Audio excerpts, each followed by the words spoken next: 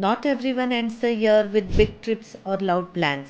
काही लोकांसाठी year end म्हणजे शांत सकाळ, अ नॉर्मल मॉर्निंग, घरी ब्रेकफास्ट करायचा आणि ऑफिससाठी रेडी व्हायचं. सेम रुटीन, पण त्यातही एक कम्फर्ट असतो.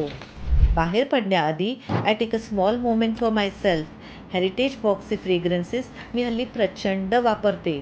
माझं 9 to 5 looks the same most of the days. Glamorous नाही, पण ऑनेस्ट आहे. This year I finally picked up something new. Learning music. Perfect नाही अजून, पण हो, मनापासून करते.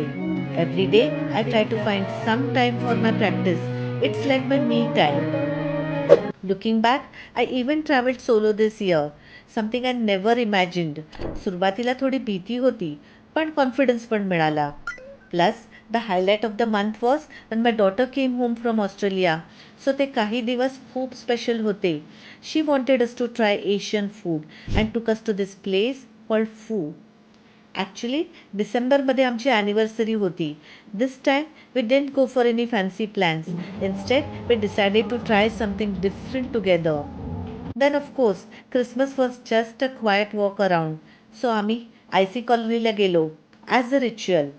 31st was very low key. A nice dinner, nothing loud, simple पण मनाला शांतता. अँड ऑफकोर्स शेवटी आम्ही कॉर्पोरेट मजदूर आहोत. For us work comes before anything else. So 1 तारीखला it was time to get back to work as usual. Because consistency म्हणजेच खरं सेलिब्रेशन. आय हॅव रिअलाइज्ड की every year doesn't need a grand ending. कधीकधी असंच एक सिम्पल स्टार्ट पण पुरेसा असतो.